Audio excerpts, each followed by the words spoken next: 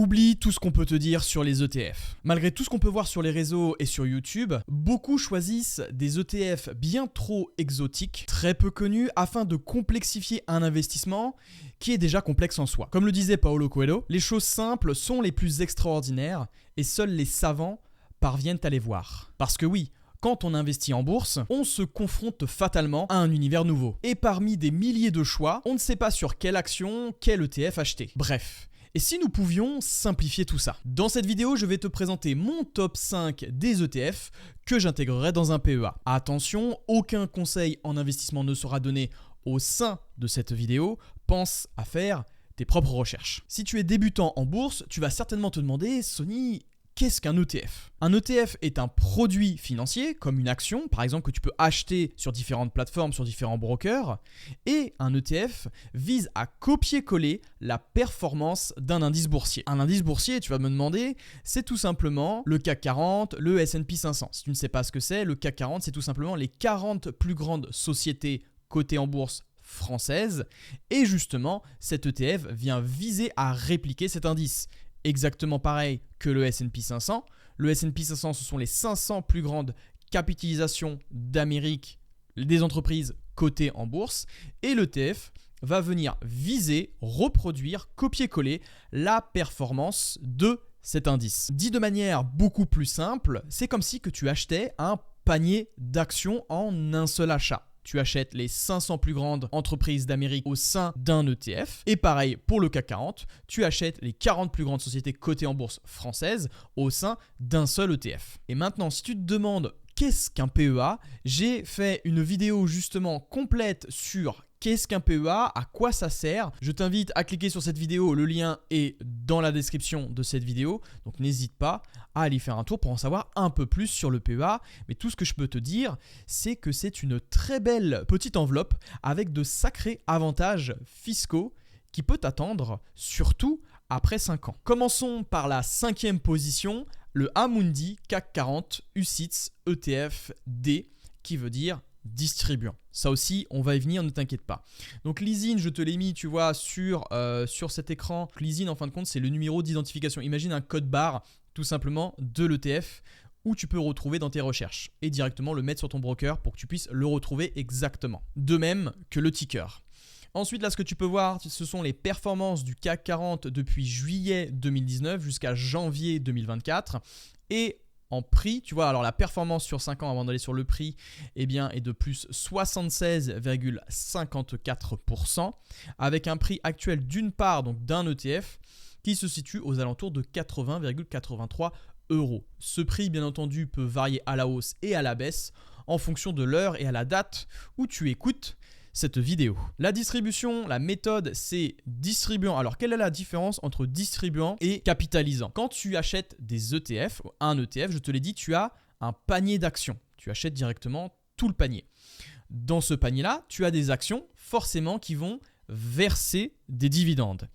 Et donc, qu'est veut dire le distribuant? Eh bien, l'ETF à l'intérieur du fonds, donc avec toutes les actions qu'il possède à l'intérieur de ce fonds, va te distribuer les dividendes sur ton compte.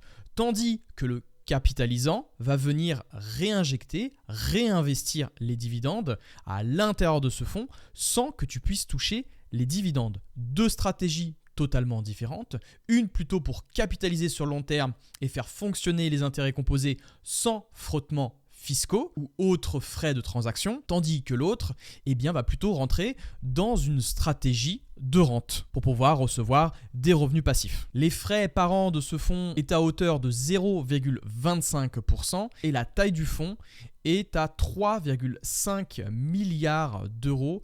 Qu'est-ce que c'est? La taille du fonds, c'est tout simplement tout l'argent, tous les capitaux apportés par les actionnaires au sein du fonds. Donc ça donne un total, tu vois, de fonds de plus de 3,5 milliards d'euros. Regardons maintenant sous le capot de Amundi CAC 40 UCITS ETF.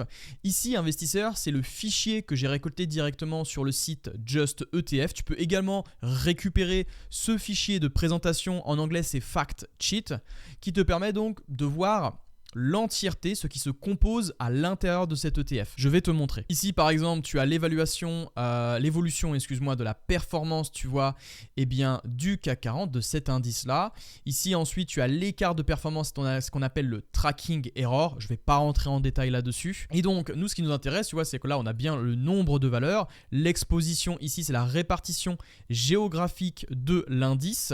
Et donc, comme tu peux le voir ici présent, eh bien, on est à 99,32% exposé en France, avec 0,68% on est exposé dans d'autres pays autres. Alors ça, par contre, tu me demandes pas, mais je sais pas du tout d'où est-ce que ça peut venir. Et ensuite, on a aussi les secteurs de l'indice. Tu vois que là, on est plutôt sur l'industrie. On est à 23,74 exposé à ce secteur. La consommation cyclique à 22,40%. Et bref, tu vois, tu peux voir où est-ce que le CAC 40 en tout cas est exposé actuellement sur différents secteurs. Ensuite, si tu veux voir bien sûr les lignes, c'est-à-dire je te l'ai dit, à l'intérieur de cet ETF, tu as des actions. Et donc ici, là, on a les 10 premières actions qui composent le CAC 40. Donc on a LVMH pondéré, tu vois, à 11,68% au sein du CAC 40. Donc ça veut dire que si LVMH bouge beaucoup sur son action individuelle, bah forcément le CAC 40 va peut-être bouger un peu plus. Et ça peut te donner aussi des idées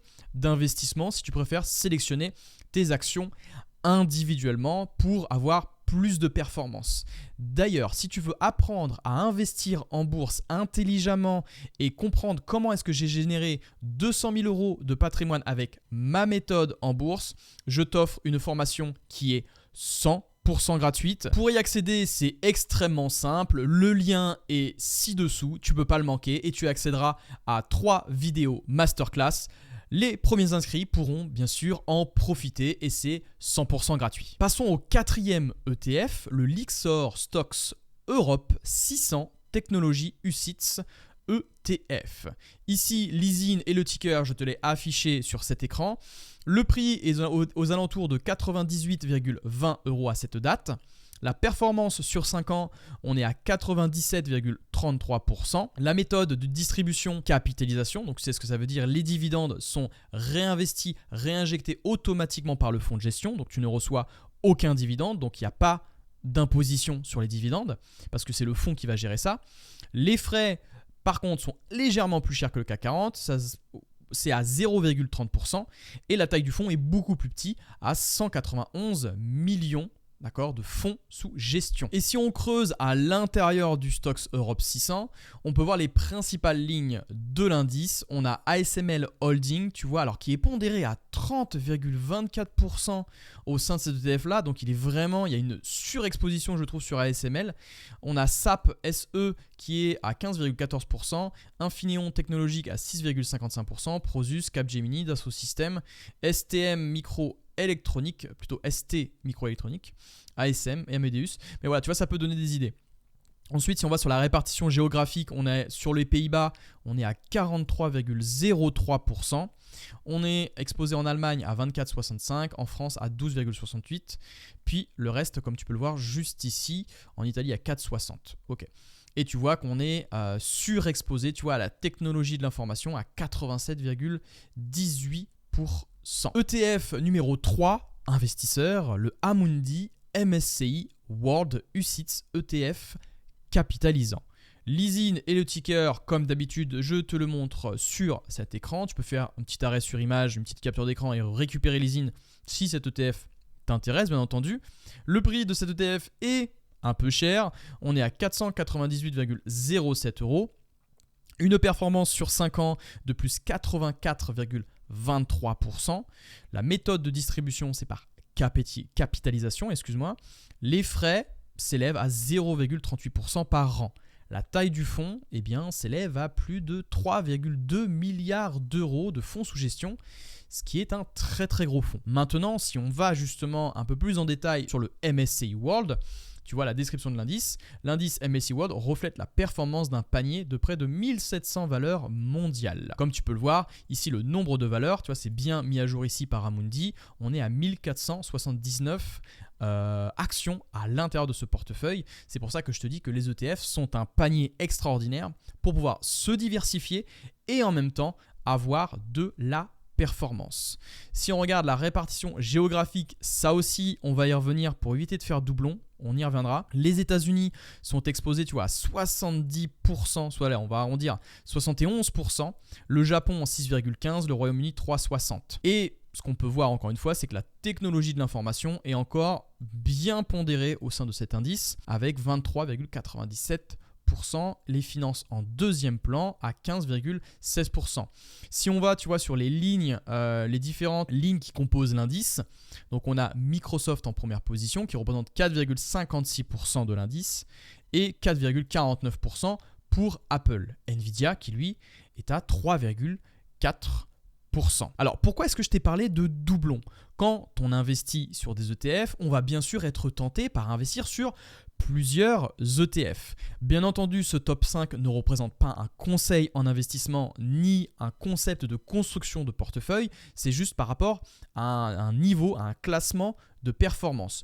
Je t'explique pourquoi ça peut faire doublon par rapport justement à notre deuxième ETF que je vais t'expliquer juste après. Justement par rapport à notre deuxième ETF qui est le BNP Paribas Easy S&P 500 UCITS ETF. Le prix de cet ETF est beaucoup plus abordable que le MSCI World. On est à 24,07 €. Une performance sur 5 ans plus qu'honorable à plus 110,85%. La méthode de distribution capitalisation. Des frais qui s'élèvent à 0,15% par an et la taille du fonds qui s'élève à 2,2 milliards d'euros. On va creuser un petit peu plus en détail et je vais t'expliquer pourquoi est-ce que ça peut faire doublon au sein d'un portefeuille. Et bien comme tu peux le voir, ici on est sur le BNP Paribas Easy S&P 500 UCITS.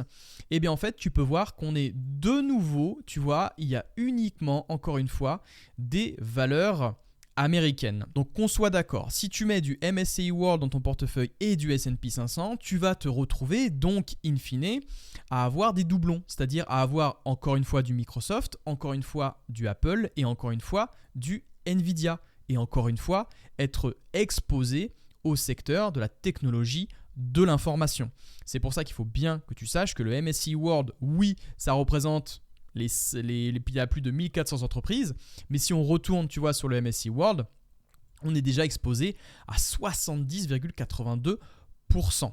Donc ensuite, c'est à toi de voir si tu veux diversifier un peu plus, eh bien tu peux. Mais cependant, il faut retenir, comme tu l'as vu, le MSCI World a un prix qui est plus cher. Le MSCI World est à 498 € pour une part pour un ETF, tandis que le S&P 500 est à 24,07 24 €.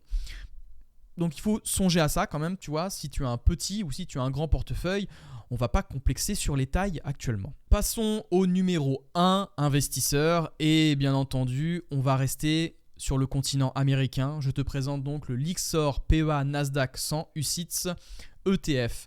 Brève parenthèse avant de commencer, il faut savoir que toute la gamme Lyxor, je ne sais pas si tu savais, mais Amundi a racheté Lyxor. Donc il se peut, et même ce qui se passe en ce moment, c'est que Amundi change énormément la configuration des ETF Lyxor. Comme tu as pu le voir aussi sur le Emerging Market, il y a maintenant de l'ESG. Sur le S&P 500, pareil, il y a marqué ESG maintenant.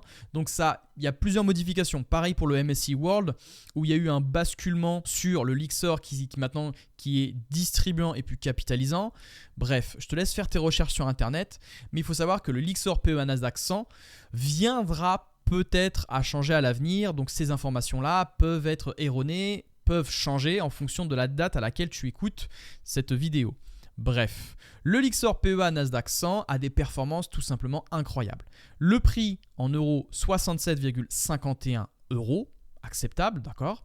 Perf sur 5 ans, on est à plus 161,26%. La méthode de distribution, on est par capitalisation, on réinjecte les dividendes à l'intérieur de l'ETF, c'est les gestionnaires de fonds qui s'en occupent. Les frais s'élèvent à 0,30% et la taille du fonds est à 303 millions d'euros. Et donc si on va sur le document maintenant, sur le fact sheet, on peut voir, tu vois très clairement, tu vois, si tu veux même voir d'autres données avec moi, tu as éligibilité, tu vois, compte titre, assurance vie, enveloppe fiscale, on est bien éligible au PEA juste ici. Tu vois. Alors la valeur liquidative, tu vois qu'elle peut changer en fonction de la date de publication du document, tu t'en doutes bien. Et nous, ce qui va nous intéresser, c'est surtout comment est composé encore une fois le Nasdaq 100. Et donc là, ça peut faire encore doublon. Si tu prends du S&P 500 et si tu prends du Nasdaq 100, eh bien tu vas te retrouver encore une fois sur des valeurs qui peuvent se ressembler. Microsoft, Apple à 8,18% et Nvidia à 5,56%. Et là, cependant, on est sur les États-Unis à 100%. Comme tu peux t'en douter, le secteur de la technologie de l'information est surpondéré à 50,46%. Investisseurs, tu l'auras compris, oui, ce top 5 des ETF ne sont pas tous à intégrer dans un même PEA, d'accord? Il faut bien faire tes propres recherches, faire la construction et l'allocation nécessaire par rapport à ton socle passif qu'on appelle donc les ETF, c'est comme ça que moi je l'appelle. Et si tu veux bien entendu être investi sur des actions individuelles, apprendre à investir sur des actions individuelles et te séparer justement, avoir plus de performance, potentiellement avoir plus de performance que les ETF, eh bien n'oublie pas, tu as ta formation 100% gratuite où j'analyse une entreprise avec toi. C'est le premier lien dans la description que tu retrouveras dans cette vidéo, donc n'hésite pas à y faire un petit tour. Également, j'ai envie de savoir, toi, ton avis, quel est l'ETF que tu intégrerais dans ton PEA si tu devais en choisir qu'un seul. N'hésite pas à le faire en commentaire et ce sera avec plaisir que je te répondrai. Investisseur, je te souhaite une très belle journée ou une très belle soirée selon l'heure à laquelle tu m'écoutes. Que la croissance et le rendement soient avec toi. L'avenir t'appartient. C'était Sony. Ciao.